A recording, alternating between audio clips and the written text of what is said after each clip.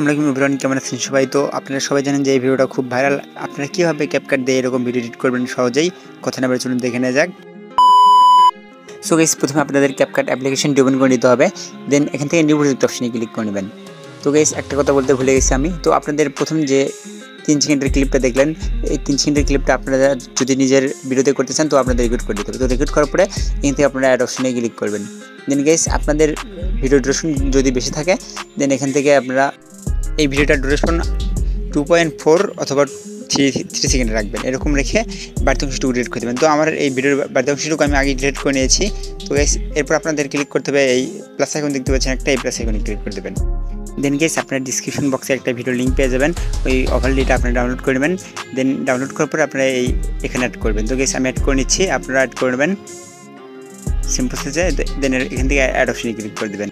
দেন guys, এখানে আমাদের একটা ট্রানজিশন অ্যাড করতে হবে। তো তার জন্য আপনাদের এখানে ক্লিক করতে হবে। দেন এখানে ক্লিক করার পর আপনাদের কিছুক্ষণ লোডিং দেবে, তারপর আপনাদের সামনে এরকম একটা ইন্টারফেস চলে আসবে। তো গাইস, এখান থেকে আপনারা ডান থেকে স্ক্রল করবেন এবং এখান থেকে এই ট্রানজিশনটা অ্যাড করে নেবেন। তো গাইস, আপনারা চাইলে অন্যটাও অ্যাড করতে পারেন।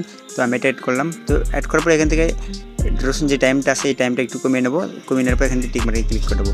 দেন গাইস, ভিডিওটা প্লে করলে দেখতে পাচ্ছেন যে আমাদের ট্রানজিশনটা অ্যাড হয়েছে।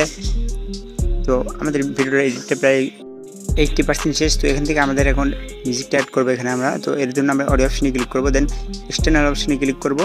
তো এই মিউজিকটা আপনারা ডিসক্রিপশন বক্সে লিঙ্ক পেয়ে যাবেন, ওখান থেকে ডাউনলোড করে নেবেন।